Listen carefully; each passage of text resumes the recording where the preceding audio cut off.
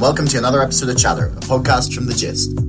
On today's show, we were talking to Andrew Lewin, who is heading the campaign within the Labour Party to change the Brexit policy of the Labour Party to remaining in the European Union, or at the very least, to force a people's vote on the final deal. We had a really great chat about all the different ways in which the Labour Party policy might change, about the parliamentary mathematics for getting this across the line, and whether he thinks it's a legitimate possibility at all. Before we get started, don't forget you can subscribe to us on YouTube, on iTunes, on Spotify, wherever you get your podcasts. And don't forget to give us a little like or follow on Facebook and Twitter as well. So without further ado, here is Andrew Lewin.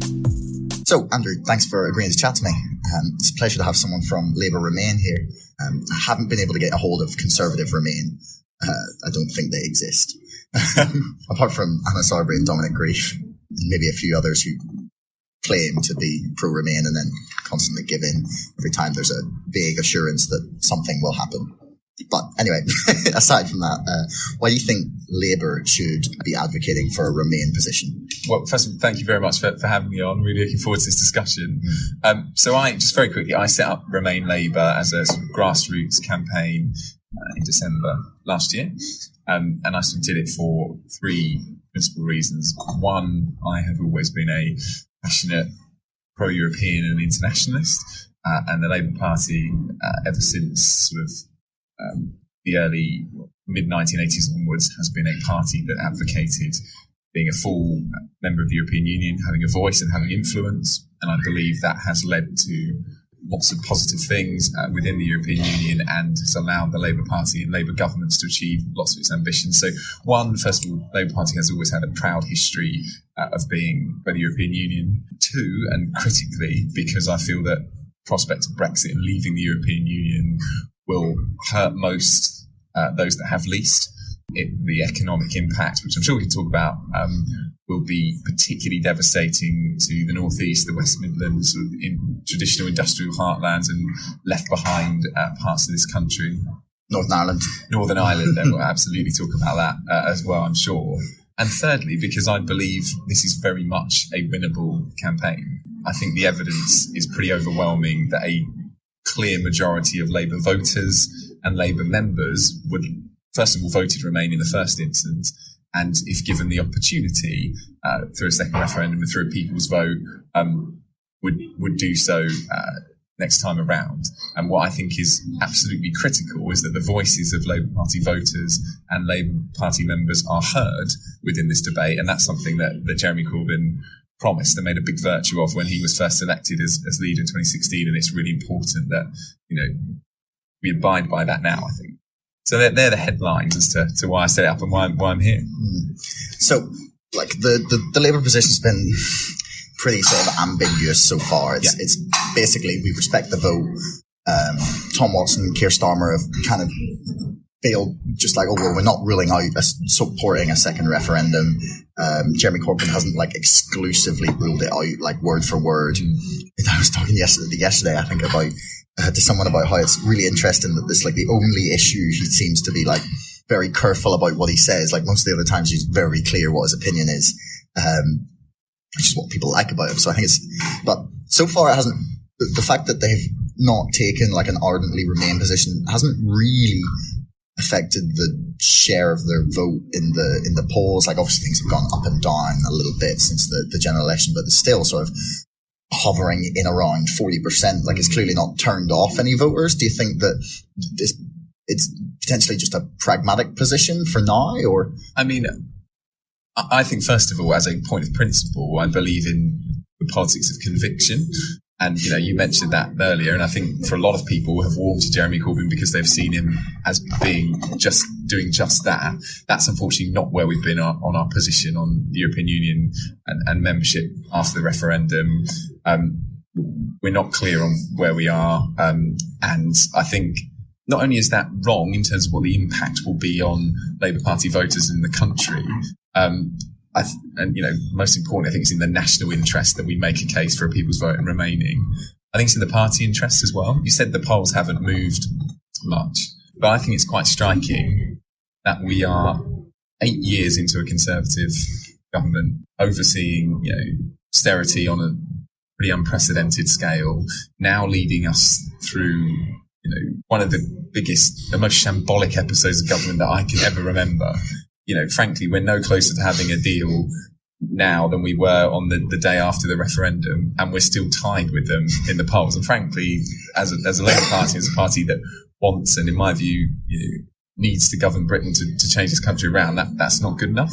So I do think it has had an impact. And one other thing on that, I think it's particularly the case with young people. There is no doubt, and this was a very good thing, as somebody who's a Labour member and was very encouraged by the result in the 2017 general election, the big move forward for the Labour Party in 2017 was fueled by younger voters, particularly those under 40. Those people are also the most likely to be Remainers. And I think those people have put their faith in the Labour Party and the belief that we are the most likely to challenge Brexit and ultimately present the opportunity to give people a final say and to turn it around. And if we let those people down, let those young people down, we may never get them back. So it's an interesting sort of way of looking at it when you talk about young people fueling the last sort of the surge that Labour had at the last election. Honestly, I think having looked at it is more in terms of the enthusiasm they generated campaigning wise than the actual votes. The people that I feel anyway won the election were the sort of 30 to 40 year olds who were being crippled by the housing market, and they're the people that really sort of maybe would have been traditionally more inclined to vote Conservative, who have sort of just been turned off by the fact that they're trashing the economy. I guess part of the problem is someone who's in their 30s now still considers themselves young. At 24, I keep thinking I'm old, and then I sort of realise. You're definitely not. But like this like pro-Europeanism that kind of emanates from, especially from young people, and especially in the Labour Party. Do you think that this, like the pro-Corbynism as well, if there was a trade-off to be had, do you not think that the reason that the votes or the vote share has remained about the same in the polls, roughly as much as you can believe the polls, is because people are happier to go with a Corbyn government over choosing whether we have Brexit or not? Do you think that, like, if people were given a choice between austerity and Brexit, which one they would choose to cancel? I get the feeling it would be austerity, personally. It's an interesting question. I mean, I reject the view that there needs to be a trade-off, and I tell you why. Because I think it is very clear within the younger members of Momentum, the people who have been inspired to join the Labour Party in record numbers in the last 2 years, that those younger members are far more likely to be pro-European. Frankly, for a lot of them, it's their lived experience. Obviously, their whole lives have been members of the EU. Many of them would have had the opportunity to travel abroad, 60 quid easy jet flight to the continent, free roaming in the continent, things that you sort of might take for granted, but it's actually part of their experience, for some of them part of their identity. Now, there's no doubt that there is a strain of thinking on the left, which, dates back to Tony Benn and others, which is anti the entire EU project. And some of those views are undoubtedly represented in the party and in Momentum. But the younger people who have joined in such big numbers, I'm pretty clear that a big majority of them are not just pro-European, but for a decent number of them have the European, consider it part of their identity. Well, it's even just the Erasmus programs. Yeah. Fantastic for, like, people get to go and study abroad. Like, that's, I think it's for a lot of people really a major part of their university experience, of like growing up, seeing other cultures, seeing another country, and to get to do that like really easily is fantastic. That's like one of the most heartbreaking things about the potential to leave the European Union, is the fact that might fall through. I like to think sensible heads will prevail and they'll figure it out and they'll be fine. But like, even though that's on the table for the chop potentially is really terrifying. But you kind of mentioned about the amount of young people joining, and a lot of them have also become members of Momentum, who are pretty ardently pro-Remain. They're putting that petition forward that I can't remember how many signatures they got, but it's quite a significant number. In order to try and push for a people's vote. Do you think they're the group that's going to sort of tip it over the edge and push Labour towards endorsing that sort of policy? I think and I hope that a combination of different voices are going to make the difference. So my campaign, Remain Labour, has been going sort of 8-9 months. Is a grassroots campaign which is in no way factional. It exists purely to change Labour Party policy on the EU. And you mentioned Momentum, and yes, there's been a petition set up by a Momentum member, which needed 4,000 signatures, I believe, to prompt a national debate and vote within Momentum on what Momentum's policy should be. Okay. And I think they, if they haven't already, are very, very close to hitting that number of 4,000, which is a great success, and all credit to them for doing that. Considering it's the membership is just under 100,000 for Momentum, I think. I'm not sure it's that big. You might know better than me, but the reason I had 4,000 in my head is because I thought it was 40,000. It was 10% to trigger. Okay, maybe I'm wrong. Anyway, it's growing fast in any case. Will they be key? Look, I take Jeremy Corbyn at his word in that he wants Labour members, whether they identify with Momentum or not, to have a greater say in policy making. And the fact that you've got people who are members of Momentum and just ordinary members of the Labour Party in big numbers, joining grassroots campaigns, passing motions in their constituency Labour parties, signing petitions, calling for change, I think that's going to have a big cumulative impact. And what happened last year at Labour Party conference is that we didn't even have a vote. There wasn't even a debate on Brexit, which seems... You sure? Well, there wasn't a conference debate on the conference floor about Brexit and what our policy should be. Okay. And given, it is the defining issue, we can't let that happen again. Okay. Well, do you think there's going to be a vote or debate, like a significant one at the conference? That is very much what I am, with many others, trying to make sure happens. So our campaign is very focused on pushing contemporary motions through individual CLPs all across the country. So ordinary members standing up in their town hall on I was going to say a wet Wednesday evening, but at the moment, a 30-degree Wednesday evening. I guess to rain tomorrow. Putting forward a resolution which says that we must debate this at Labour Party conference, and I think we should endorse people's votes to remain. So there's a big concerted effort to do that. There's a lot of work still to do, but I'm optimistic that's going to result in a very significant number of motions being put forward, and that will mean, when too much into detail, boring, but when the Conference Arrangements Committee, which is the body that decides this, says, okay, what are we going to debate at conference this year? That is absolutely one of the issues that we do. So I'm as confident as I can be that we will have our debate. Well, perhaps Jeremy Corbyn's sort of ambiguity over Brexit is real 4D chess, galactic brain thinking, that his ambiguity is galvanizing the base to become more involved. If that's his master plan, he's many steps ahead of me. Maybe we're giving him too much credit. But happy for that to be the case, though. Yeah, can you imagine if it came out that was actually what happened? Wanted to fire you up. I don't know how that would go down. But so say we have the Labour Party has a debate on like what they feel their position should be. Do you think it's likely that they're going to come out as so say I think it's like 70% of the Labour Party members are pro-Remain, something like that. Do you really think that the Lexiteers, whatever term you want to use for them, will happily just be like, no, okay, we're going to remain after having campaigned for 30 or 40 years against the idea of further European integration, like people like Dennis Skinner or Jeremy Corbyn himself?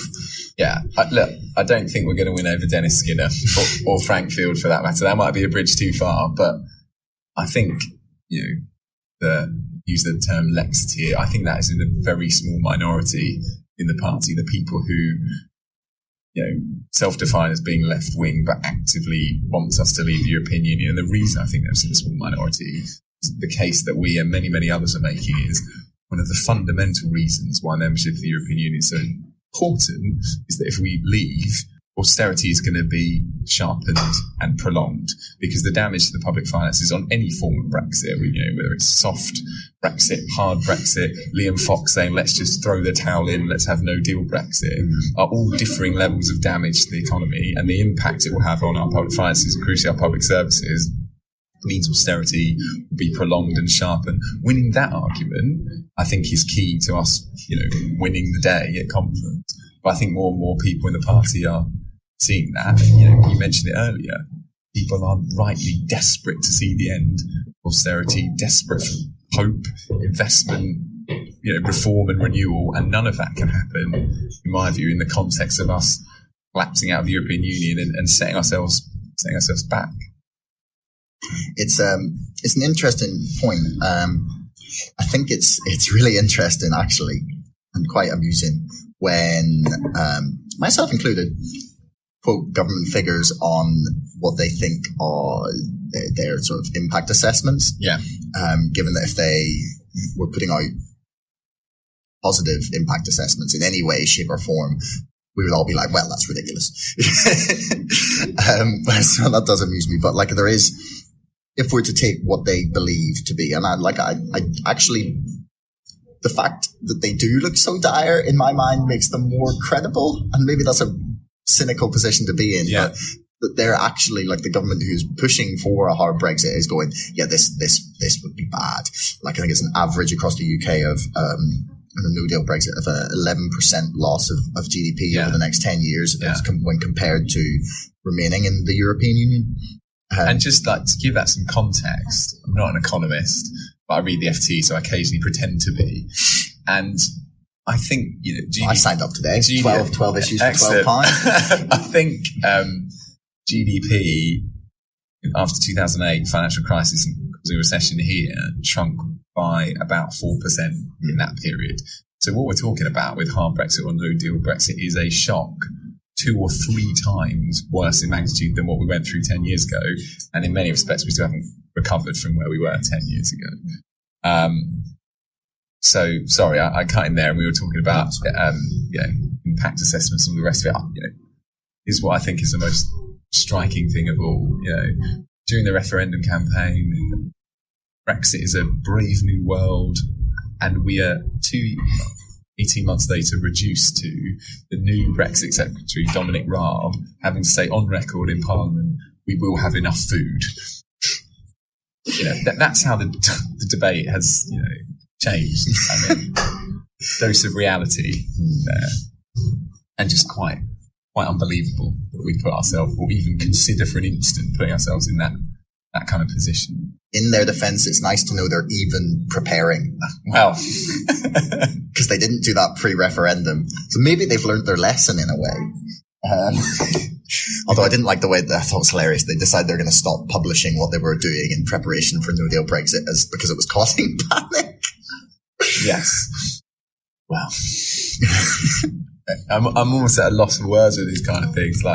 I was saying to someone a couple of weeks ago, because obviously Parliament's taken its normal 6-week recess, which seems, an interesting decision given that we're on the verge of an unprecedented crisis. But I was saying to someone, where do you go from here when the government is already admitting that it's considering stockpiling food and medicine? How much worse can it possibly get? It's hard to imagine, but I'll give Theresa May credit. She keeps surprising me. So. She keeps soldiering on, though. She is the woman that can't be taken down.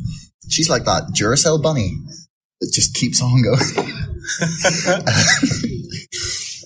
Okay, so hypothetical situation. We get to the end of the conference season, and I'm not sure what's going to happen at the Tory party conference. Probably nothing, realistically.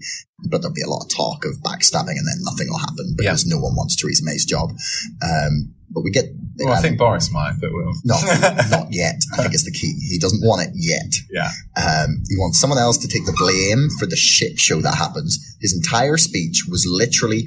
I was just sitting watching it one day because my housemate just said to me, he was like, you should listen to Boris's speech. It was really good. And I was like, right, okay, well, I'll have a listen. And obviously it's full of hot air and waffle and absolutely nothing. But about 3 or 4 minutes into it, it just clicked, and I was like, this is a captain going down with the ship. This is him being like, well, I could have done it differently, but it's all gone now. It's too late. Well, I'm going to just have to resign myself to waiting to see what happens. It was him just laying because I think it'd been difficult for people to see how he was going to become leader Like, it was still obvious that he wanted it, but I didn't think it was obvious how he was going to get there, because his brand seemed to have become a bit toxic in a way. But I think that speech and his resignation was a fantastic way of like, the captain going down with the Brexit ship, and sort of his way to position himself as well. If I had done it, it would have been different.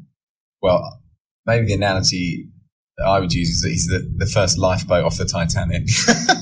Yeah. What is it? Was it Bruce Ismay? Was that the chairman of the White Star Line, the one that gets in the boat with the kids in the film? Yeah, yeah, exactly.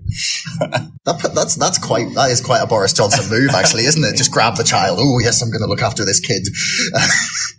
But make sure I'm all right. Yeah. That's the most important thing. Yeah. Okay. Yeah. So right. Say we get to I got sidetracked there. Say we get to the end of conference season and Labour have gone, okay, we are going to back a people's vote. Or at least it looks like it's more likely they're more sort of open to the idea. It's not completely out of the question. Yeah. Do you think there's a way to build a cross-party support for it in the Commons that like legitimately would lead to them passing the bill? Like who would introduce it? Would it be like a backbench day sort of thing? Would it be an opposition day motion? Because for me, the most difficult part about the people's vote is getting it on a ballot, because there was so much debate about exactly what question it was going to be. Yeah. Even in the original one. Like I know Aaron Banks had a whole load of like merchandising stuff done because they thought it was going to be in or out, and his like campaign literature was that you had to be in the know. So you wanted to be in the know, like knowing about it and in the know. So you're like saying, no, we don't want to be part of it. I don't think it was particularly clever, but like that was the branding, because that's how they thought the question was going to be. And there was a whole debate and ended up being Leave Remain. So like even that simple thing took like months of going back and forth on it. Like, do you really think that the Parliament could credibly form a cross-party group that would allow them to pass a legislation that would allow for people's vote? Or do you think it's something that we would have to wait for another election to happen? I think it's possible. Won't be easy, but it's definitely possible, and for a few reasons. One, if we succeed in moving the Labour Party to that position, because, Theresa May is governing with the DUP, it was a hung parliament. The parliamentary maths means if you assume, which I think is a given, that SNP, the dozen or so Lib Dems that are left, and the other minority parties, with the exception of the DUP, all vote against May's deal and are prepared to vote for a people's vote, you probably need about 15 or 20 or so Conservative MPs to get over the line. And you have already had instances of up to a dozen Conservatives rebelling on different elements of the withdrawal agreement up to this point. Now, for a lot of them, right, to me, for them to back a people's vote is essentially electoral suicide. Anna Soubry is not going to get re-elected in her constituency, as far as I can tell. Like, the amount of hate that pro-Remain Tories continue to get just suggests to me that this is their cross to bear before they go down. Like, this is their last stand on the hill. They're being like, well, look, we tried to stop it, whether that's for their own moral things, whether it's just for optics, whether they're sick of just ridiculous arguments about a hard Brexit. Yeah. And they just think, look, this is stupid. I just want to oppose it. And if that's the end of my career, that's the end of my career. I do not see enough of them being principled enough to risk not getting re-elected. I tell you why I think it's more likely to represent. One, look, as a Labour Party activist and a member, I would love a general election. Absolutely love there to be a general election. I haven't had a vote this year. No, exactly. What's wrong? Yeah. But I am pretty convinced that Conservative MPs would not vote for a general election in the shadow of this Brexit carnage, because chances of them winning they get wiped very, off. very wiped off. So, what's the way out for them? And let's assume this scenario, right? Let's assume that May's Chequers deal falls apart with the EU, and frankly, it's already fallen apart at home anyway. Well, it has fallen apart with the EU. Yeah, but I mean, Juncker said no. Well, it's pretty. Let's just say it's definitive, right? That's completely off. And Theresa May admits defeat with Chequers. Okay. You basically get to a point where there is no deal of any remote credibility on the table. Therefore, you are presented with a choice in Parliament, most likely, I think, by November, December time, in anticipation of leaving on March 29th, of no deal departure. Now, there are lots of Conservative MPs who I don't know personally who went into politics because they wanted to stand up for small businessmen and lower taxes and thought that was the best way to protect the economy. They have kept their heads down until now. If faced with the prospect of actively voting for a no-deal catastrophe, I think enough of them won't vote for that. Then you have a constitutional crisis, right? Because then who knows what happens next? You made very good points about, God, how long does it even take to get a referendum process through, working out the question, etc., etc. What the EU have said is that if they see a point where British politics is on the verge of doing something radically different, i.e. embracing a people's vote or possibly being a general election, then they'll consider extending Article 50. So I think what has to happen is May tries to put some kind of incredibly weak deal, or more likely no deal, through Parliament, all the Labour Party, all the minority parties, a good enough number of Conservative rebels say no, at which point you have a constitutional crisis, but essentially Parliament takes back control. And that's at that point, Conservative MPs, I think, will say a people's vote is our best way out of this, because we don't want a general election. We don't have to have one for another till 2022, but a people's vote will give us a way out of it. And by the way, 150 or so, at least, Tory MPs voted Remain in the first place. And some of them might remember that. So that's our dear Prime Minister was one of them. Exactly. Nobody really knows how it will play out, but I think once the Labour Party has moved to where it needs to be, there'll be so much pressure on that group of Conservative rebels, and I genuinely don't believe that 300 plus Conservatives will vote for a no deal, because they'll never be forgiven for it. And most of them don't believe in it, despite what Jacob Rees-Mogg would say. I don't think they believe in it. I think their pockets believe in it. But okay, so say we get to a point and we're going, right, the let's say hypothetically we get like some version of the Chequers deal goes to Parliament, right?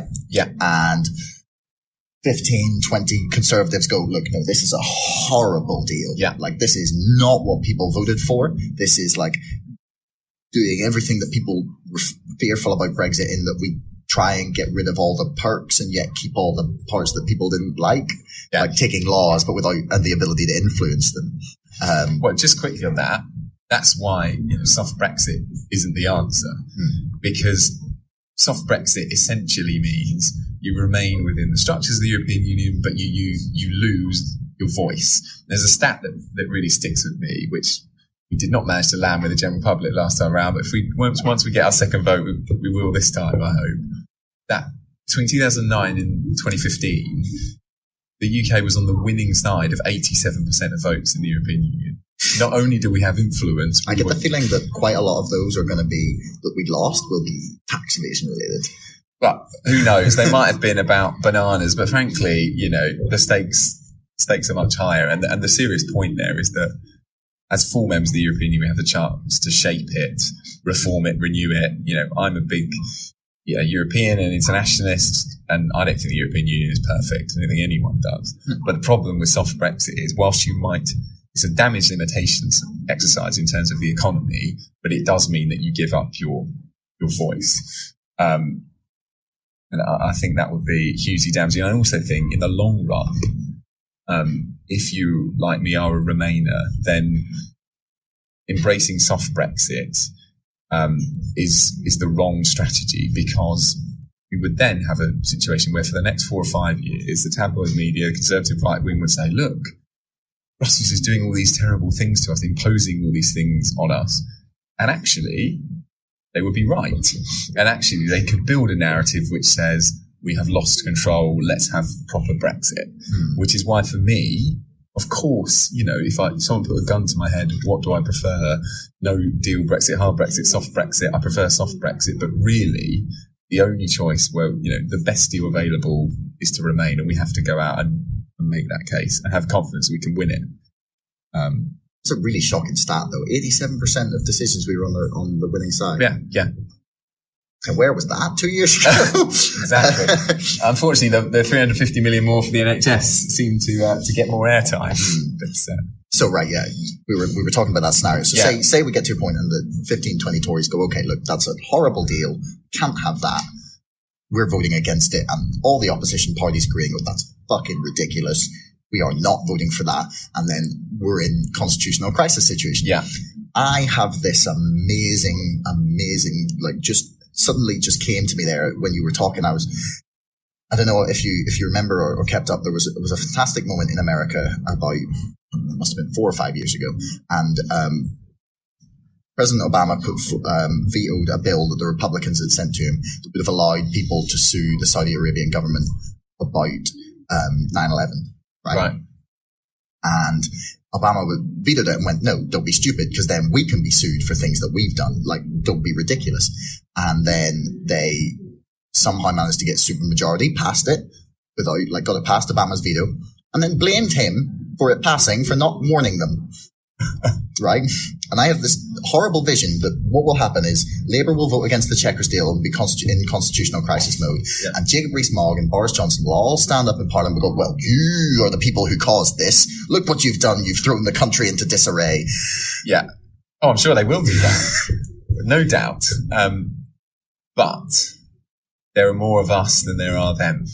And I think that has to be remembered both in the Parliament. That's socialist talk, that is. Well, it might be socialist talk, but it also is the case in Parliament that of the MPs that are in there today, and will be when it's crunch time, still a significant majority of them voted Remain.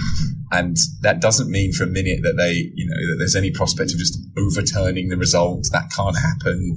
There was a referendum. The only way to, challenge that decision is to have another one or to have a general election where that is explicitly on the ballot paper.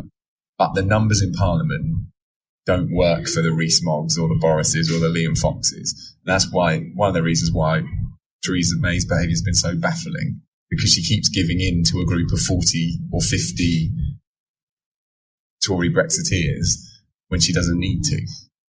You think they're just too scared of an election to really challenge her? Yeah, I think they are. I think the weirdest thing of all was when the week of resignations, the David Davis and then the Boris resignation. I think he should have resigned at the like both of them. Maybe not David Davis, but Boris is theatrical enough. Like he should have resigned there and then. Like as the stormed out after dessert. Yeah, like pretty much. Like if he was at Chequers and he came striding down that 1 mile road, he'd be like, look, I was the man willing to walk away for Brexit. We were willing to go and do whatever it took. I would walk through the rain, through snow. He could have made like a big thing about it. It would have been way better. So did you hear that at Chequers they had their mobile phones taken off them? So what this reminded me is a Thick of It episode, and if you haven't seen it, you won't be able to picture it, but there is a Thick of It episode where they've been at an away day, and it's the Tory party, and their mobile phones have been taken off them, and then at the end of the day they rush to get their phones, and this guy, Mr. Tickell, has died, and Mr. Tickell has had a few run-ins with the department. So the minister, he's out in his country retreat, can't get signal anywhere. So he climbs up on a children's climbing frame and puts his phone in the air looking for signal. And I just had visions of David Davis and Boris Johnson doing that, saying, I've resigned. Like a white flag on the chimney or something. Apparently there was talk of a Chequers 2, the sequel. So maybe we'll see that next time. Hopefully they don't go full Fast and Furious on us. Kind of feels like that's been the way with the amount of different speeches that have been made, and this is when we're going to have the final, we're going to see the real deal on the table. And then I reckon Vin Diesel would have done a better job of negotiating Brexit than Theresa May, so we dealt with those children in that film that he did, was it The Pacifier? Right. So he has experience dealing with people of the same personality as are in the cabinet. So that should be it should be interesting to see like where it goes. I kind of lost my train of thought when we got asked to move. What were we talking about before you mentioned the thick of it? We were talking constitutional crisis, how the scenario might play out. Yes, that the Parliament, the Labour Party were going to get blamed for it. Well, that's the vision I see really happening. Do you think a second vote would win? I think it would, but we cannot be complacent for a minute. I think public opinion is starting to shift, and the reason it's starting to shift is because people are waking up to the reality of how devastating Brexit in any form, but particularly, a no-deal Brexit would be.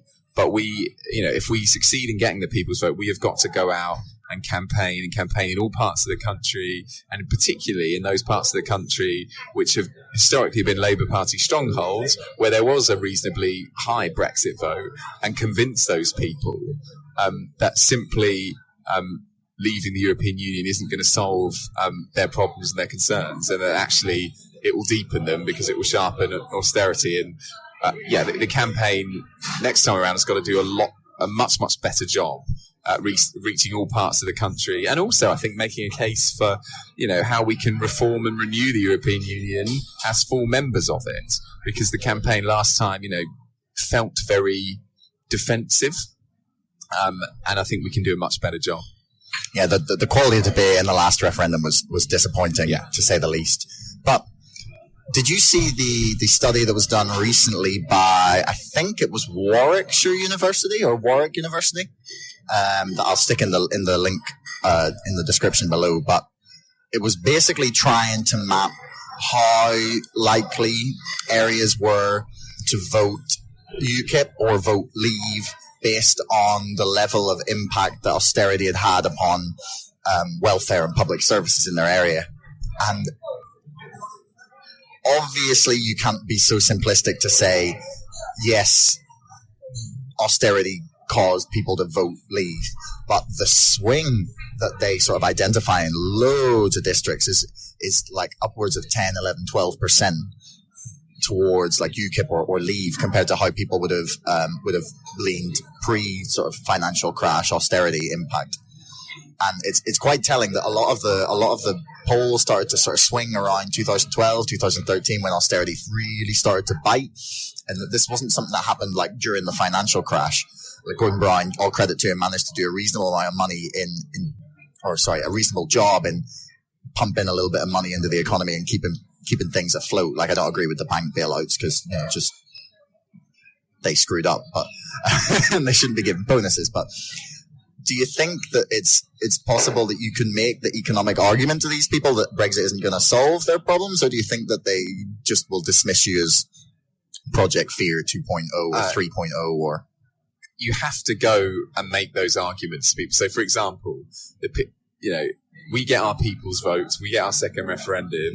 I would advise that it's launched in Sunderland or in Grimsby, places which... Sunderland's the big one. Exactly. Sunderland was the totemic one when you knew the result probably wasn't going to go the right way. So, first of all, you make a concerted effort to root the campaign in the fears and concerns of some of those people. And then I think you have to make it clear and win the argument that there are not easy answers in politics. And one of the big reasons why Brexit picked up support is it was presented as a quick and easy fix. Let's leave the EU, let's retreat from the world, let's go backwards, and we'll feel better about ourselves somehow. Somehow things will magically get better. And the evidence of the last 18 months, 2 years has shown conclusively that will not fix our problems. So it has to be a message of, staying in the European Union, reforming and remaining. The other point I'd make is, rightly, a lot has been written about people in traditionally working class communities, coastal towns, people who have been left behind voting for Brexit. One of the reasons why it has been such a mess is that there's a strange coalition that came together that got Leave over the line in 2016. It's those groups we've been talking about. It's also lots of home county voting Conservatives. And actually, some of those people who read the Telegraph and read the Spectator and who thought, a sort of low regulation, light touch economy would help kickstart the economy and benefit them. And from a sort of business point of view, they will have looked on in horror at the last 18 months. They will see the pound collapsing. They'll see that we're now the slowest growing economy in the G7. And those people as well, I think a good serious number of them will be ready to think again and change their mind. So in a second people's vote, we have to seek as many votes as we can across the country, but we also have to understand that there are some very different audiences here with different motivations that we need to go and reach and convince. Yeah, I think, honestly, the most difficult thing would be getting people to admit they were wrong. And I don't know, maybe you can say that they were missold something, that like there's no way that they could have known or foreseen what would happen, or the shambles that would have been taken of it. One of my best friends was pro-Brexit. He's not a fan of corruption in the European Union, and I can't tell him that there's no corruption in the European Union. That would be a lie. And therefore he felt we were better off outside of those structures like it. But he's now sort of pro-Remain, or pro at least a second vote, because they've just managed to have an absolute shambles of everything. Like, I genuinely would love to have seen, like, if you took like a bunch of sketch writers, right, back to June 24th, 2016, and went, right, what's the worst way that we could possibly conduct these negotiations and make a comedy film out of it? I would think they would get pretty close to what happened. Like, yeah, well, the guy who wrote the thick of it, Amanda Iannucci, says satire is dead now because, real life politics has overtaken it. It really has. Yeah. Like, it's ruined comedy. It really has ruined comedy, because no comedians I have heard, aside from maybe one or two in the past 2 years, have made what I believe to be an intelligent, well thought out, original joke about Trump or Brexit that isn't, well, isn't it shit? Like, it's ruined comedy. I think that's what I'm most bitter about. Not the fact they disregarded one third of my degree is now gone out the window with European law modules. Yeah, it's the comedy. They've ruined it. They've ruined my ability to laugh. So we got to save comedy and save your degree as well as saving the country. So that's high stakes. Well, I think those are clearly arguments that are going to be very popular with everyone except me. Just quickly on your point about it'll be difficult to convince people that they were wrong. Yeah, clearly the terms of the debate have to be and will be very different. So we are not saying we'll vote again on, this is not a rerun of 2016. This is a reflection of, okay, there was a vote to leave, and this is now what has been presented to you as the leave reality, not some leave pipe dream put together by Boris Johnson and Michael Gove. Is that the choice that you want to make? And I think it will be very clear to people that things have changed. I mean, something that always sticks with me, Nigel Farage was on the sofa of BBC Breakfast or ITV News, whatever, the day after, saying, oh, well, then I never said that we should have put 350 million more for the NHS on that. No, it wasn't his campaign. He's kind of right there. Yeah, it wasn't his campaign. For those of us like us who live and breathe it, you might say, oh, well, we knew the difference between vote leave and leave.eu. 98% of the country would not have. There are many good people who thought, if there's a chance to get a bit more money for the NHS, I want to take it. And they were told literally a day after that was a lie, that was a promise that we weren't able to keep. So things like that will resonate with people, I think. So, with Labour Remain, what is your official thought on how the vote should be put on the ballot paper? Do you favour Justine Greening's model that she put forward a week or two ago with the three-pronged sort of idea, or would you have a simply sort of deal versus Remain, like no deal wouldn't even come into the option? Yeah, I mean, it's hard to predetermine exactly what it should be because we haven't seen the end game for Theresa May and her negotiations, but I think we could be approaching the end game soon. I am wary. I'm pleased that Justine Greening has come out to support people's vote. That's good. We need more, Conservative MPs to do that. One down, 15 to go. Yeah, exactly. I think Sarah Wollaston as well. But I am very, very concerned about having no deal even presented as an option because it would be such a catastrophe. And actually, the work that needs to be done in the next few months, as well as what my campaign's trying to do and many others to try and change policy of the Labour Party, is to completely discredit no deal as an option, so that it is abundantly clear that that is not what anything like a majority of the British public want or would even consider as a viable outcome. The last poll I saw on this, which was encouraging, did use Justine Greening's options. Was this the YouGov poll? Possibly. And it had 48% Remain, 27% no deal, and 11% for Chequers, something like that. You sure it was as low as 27? I remember 48, 27. Anyway, we can find it afterwards. Okay, what was clear is that there was a comfortable lead for Remain over no deal. Not as comfortable as I would like, but we have to completely destroy the concept that no deal is anything other than a self-made disaster. No, the thing that you say that kind of makes you optimistic. That very same poll makes me very pessimistic. And I don't know, maybe it's just because people aren't aware of just what no deal actually means. Maybe they think that, okay, if we said no deal, then, we'd be able to extend the transition period, or maybe they think that means that it would be, there would be like just common sense agreements between the EU to keep things moving. But, then it wouldn't be no deal, it would be an extended transition. But maybe that's what they thought was on the paper. But when you took the runoff and you went, okay, so the options would be between Remain and a deal or Remain and no deal. 46% of people believe that no deal would be better than Remain, compared to 47% of people who think that Chequers deal would be better than Remain. That's fucking terrifying. That is 1% of people who believe that we should, instead of no deal, we should Remain. That's 1%. Like, obviously there's a margin for error, but that is horrifying. Do you think that's out of just sheer stubbornness? Do you think that's because people don't quite understand what no deal means, or do you think that it's just poor polling?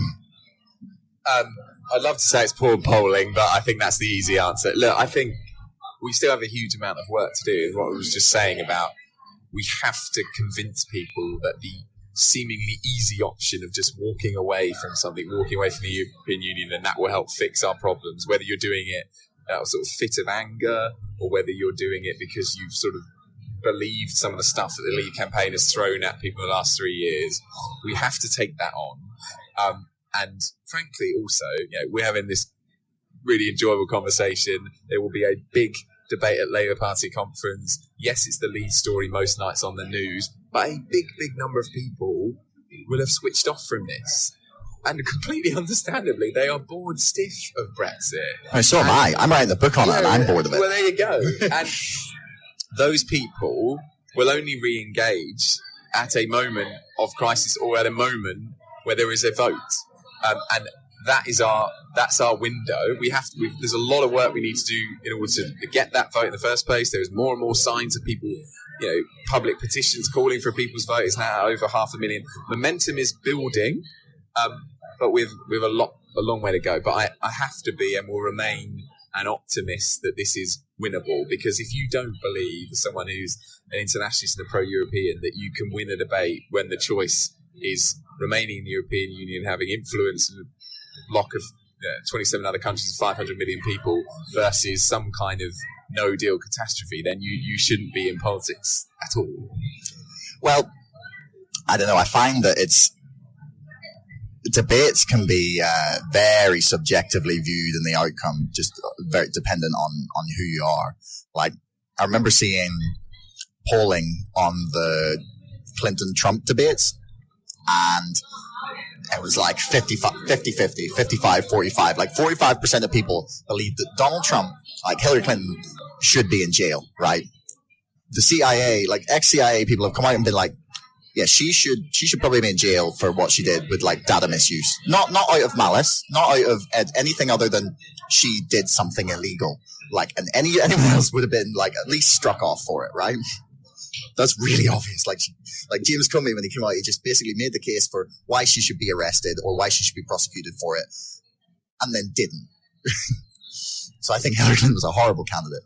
But she's clearly a better debater than Donald Trump. She's clearly a much better orator and clearly just far better reasoned. And people still believe that Donald Trump, like the worst and least articulate man I've ever seen attempt to run for any office ever, aside from some DUP councillors. 45% of people believe that he had won the debates. Do you think that you can genuinely manage to get into the mind of the people who are super stubborn about Brexit? We're going to take back control. We're going to, show Brussels what we're made of. Do you reckon you can convince them that you've won the debate? I think a couple of things. Politics has always been about emotion as much, if not more, than it has reason. And the Trump-Hillary divide and the increasingly polarised nature of politics, which I don't think is a good thing, but is sadly a reality, is just evidence of that writ large. And that is definitely true to a certain degree here. But it doesn't... So what I think that leads us to is that we actually have to make an emotive case as well for the European Union and the benefits and the advantages that it brings. And in the first campaign, we ran...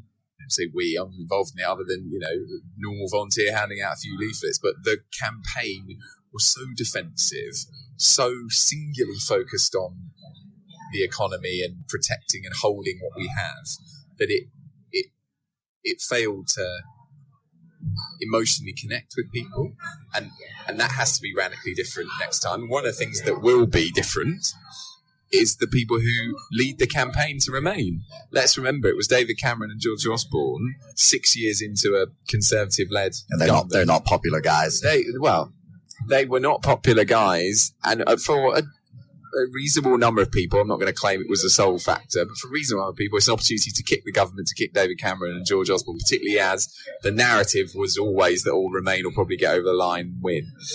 This time, we need to have a Remain campaign led by somebody, I hope, in the Labour Party, and I hope it's Jeremy Corbyn, because by that point Labour Party policy will have changed and he will have enthusiastically taken up the baton, but also a lot of other people in and around him.